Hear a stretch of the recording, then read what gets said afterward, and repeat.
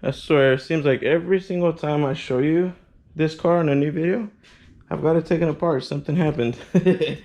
But this time it was something good, nothing bad. I am a big fan of ARP wheel studs. And that's actually what I just got done finishing up installing on this car. I was going to record the entire process, but I've done that in the past and I didn't get a lot of attention on that, so I didn't think it would be worth doing it all over again. Please upgrade your wheel studs. There's been so many instances where people will do a launch and their studs break off and the wheel keeps going and your car falls to the floor. This is something that I had been wanting to do on the car, especially since I had been launching it pretty hard on these 275 Pros. Trust me, every single time I launched the car, I was always like cringing, hoping that nothing would break, but don't have nothing to worry about anymore. So let's get the wheels back on. Now you guys can cut these off. You can definitely cut the tops off if that's what you want to do, or you could just end up ordering the proper lug nuts like I did here from Weld. And since I was ordering something from them, actually I got it from Summit, but I ended up ordering some caps here. So for those who may have paid attention, I did not have these center caps for these wheels, and you can see right through that rusty nut. Not anymore. Got the other one over here.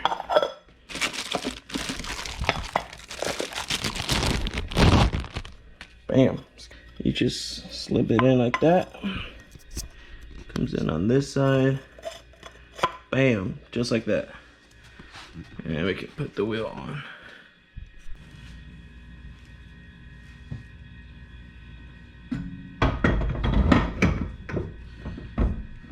The audience here on YouTube is a little bit different from what I've seen on like TikTok. I think the TikTok audience is a little bit younger. I had some people tell me that I didn't need these. I could have just you know, sent the other ones through.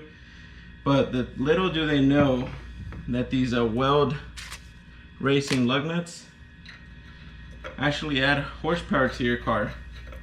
Every lug nut adds about 5 horsepower. Now, if in the camera you guys notice that I look a little bit shiny, that is because it is about 105 degrees out today, and I'm inside a closed garage, so I'm cooking myself. One day I'll have a nice shop with AC. For now, I gotta suffer through the heat.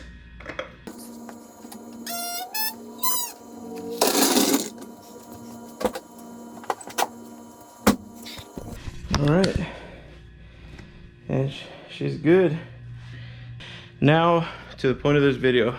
I need y'all's help. For those who have been subscribed here to the channel I've been doing this for 3 years now. You guys know about my Supra, the one that's off at the shop, the one that, you know, the 1400 horsepower Supra that I blew up just as my channel was, you know, starting to grow, and then it just all came to a standstill. So obviously you guys know that I rebuilt the engine on that car stronger. And the car's been at the shop for the last 7-8 months, about 7-8 months now. And I haven't told anybody what's going on, so let me tell you guys what happened. So originally the car was supposed to be dropped off just to get tuned. Honestly, that should have taken, you know, but a few days just for scheduling issues.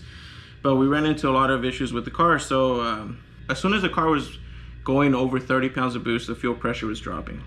Long story short, I got a brand new fuel pump, all new fuel lines, cleaned out the injectors, rebuilt the fuel pressure regulator, new everything. The entire fuel system is pretty much brand new.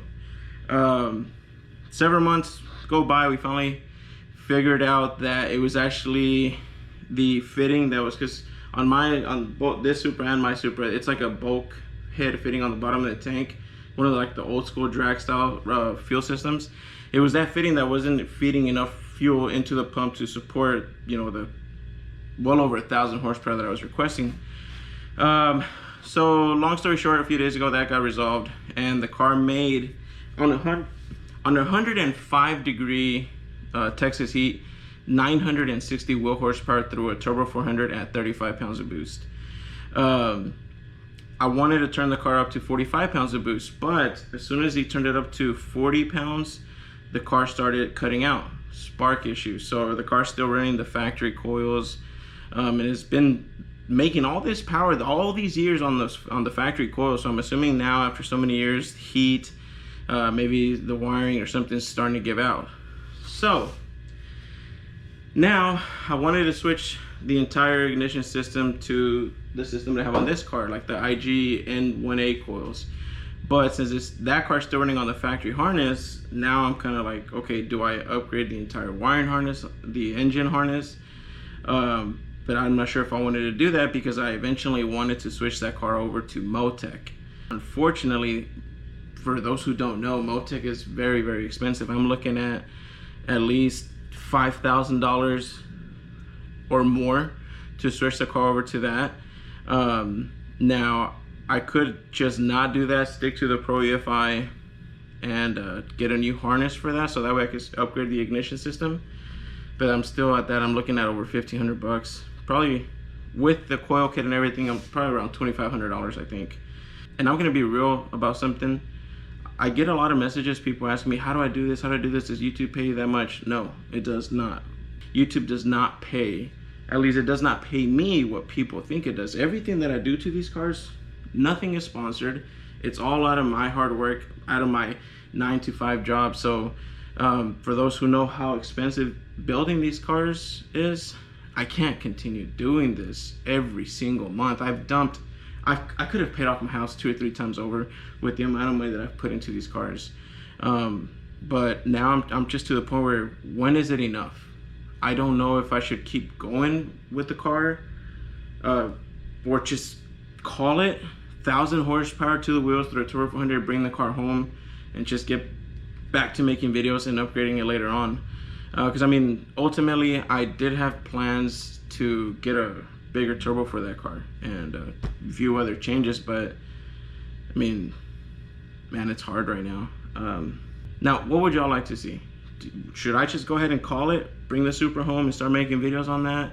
Or should I just keep waiting, get a new harness and do all that, and then just, you know, max out the car at what, 45, 47 pounds of boost? Lana was asking me, I mean, do you really need that much?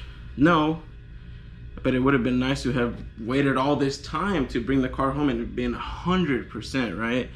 But at this point, I just don't know when is enough. Where should I just call it and just bring the car home and enjoy it? So please let me know what y'all would like to see, or let me know what you would do if you were in my position.